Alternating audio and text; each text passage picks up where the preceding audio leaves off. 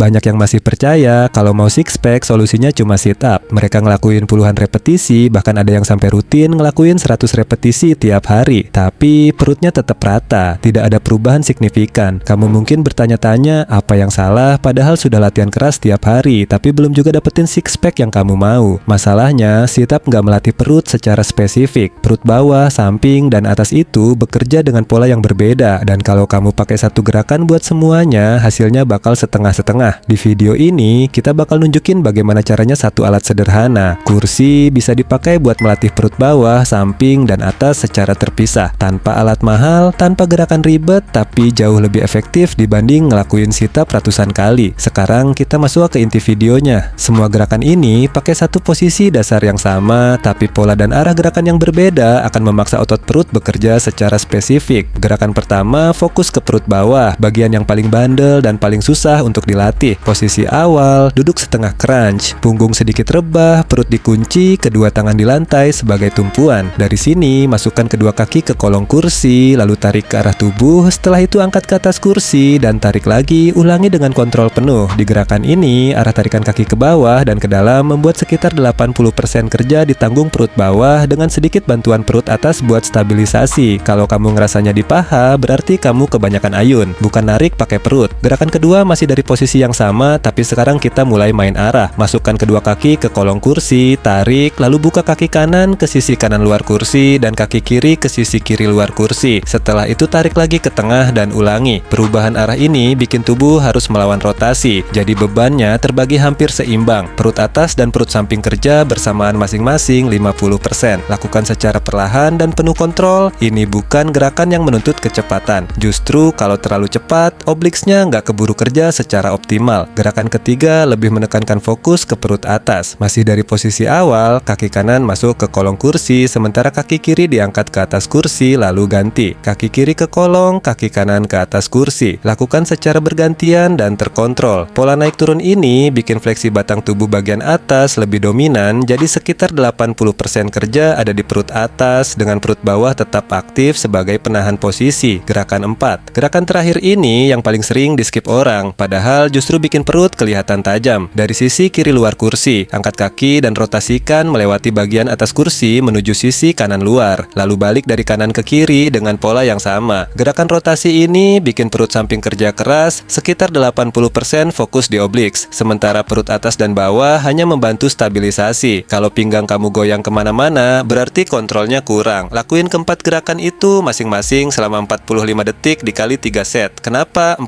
gerakan tadi lebih efektif dibanding sit up? 4 gerakan barusan itu efektif bukan karena kelihatan ribet, tapi karena setiap gerakan memaksa bagian perut tertentu bekerja lebih dominan. Perut bawah, samping, dan atas dilatih dengan pola yang berbeda, bukan disamaratakan seperti sit up. Tapi kita harus jujur, latihan aja nggak cukup. Kalau kamu mau six pack yang benar-benar menonjol, bukan sekadar keras waktu ditekan, kamu harus defisit kalori buat ngilangin lemak di perut. Lemak di perut itu kayak selimut. Sekuat apapun ototnya, kalau masih ketutupan, ya nggak bakal kelihatan. Dan satu lagi yang sering diremehkan, protein. Tanpa asupan protein yang cukup, otot perut yang kamu latih ini nggak akan benar-benar terbentuk. Latihannya ada, tapi bahan bangunannya nggak ada. Jadi jelas ya, latihan yang tepat buat membentuk ototnya, defisit kalori buat ngilangin lemak, dan protein buat bikin ototnya jadi.